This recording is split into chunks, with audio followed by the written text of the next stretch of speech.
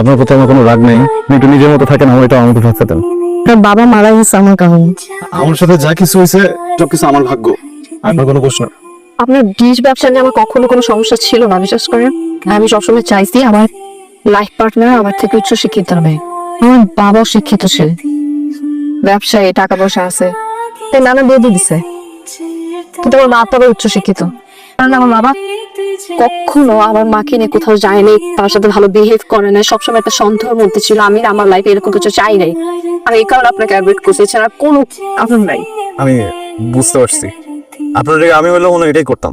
আপনার কোনো দোষ নাই, আমার আপনার উপরে কোনো রাগ নেই। কিন্তু আমার আছে, যখন আমাকে বিরক্ত করতেন তখন আমার খুব রাগ হতো। আমি আসলে অনেক বিরক্ত হতাম, কিন্তু এখন যখন আপনি আমাকে বিরক্ত করেন না, তখন আমি আরো বেশি বিরক্ত হচ্ছি।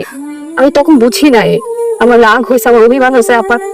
এখন যখন আমি আপনাকে পাচ্ছি না চারপাশে, তখন আমি বুঝতেছি যে আমি আসলে ভালোবাসি তাকে। I have you. বলে তো আসলে সম্ভব না, বুঝছে? জীবন যখন আপনার কিছু দিবে না, ধরেন আপনি অন্য কিছু হারাই ফেলবে।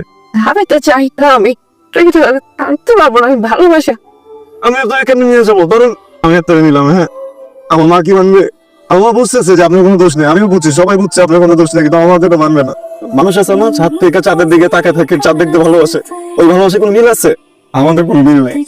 আপনি আপনি আমার ভালোবাসলে দূর থেকে আমার মনে করেন। আপনি যখন রাস্তা দিয়ে যাবেন, আপনি রাস্তা দিয়ে যাওয়ার সময় যদি কোনো দেখেন যে আপনার হঠাৎ করে একটু মুচকি হাসি আসছে, আপনি ভেবে নেন আমি আপনার ভালো কিছু ভাবতেছি, আমি তোমার মনে করতেছি।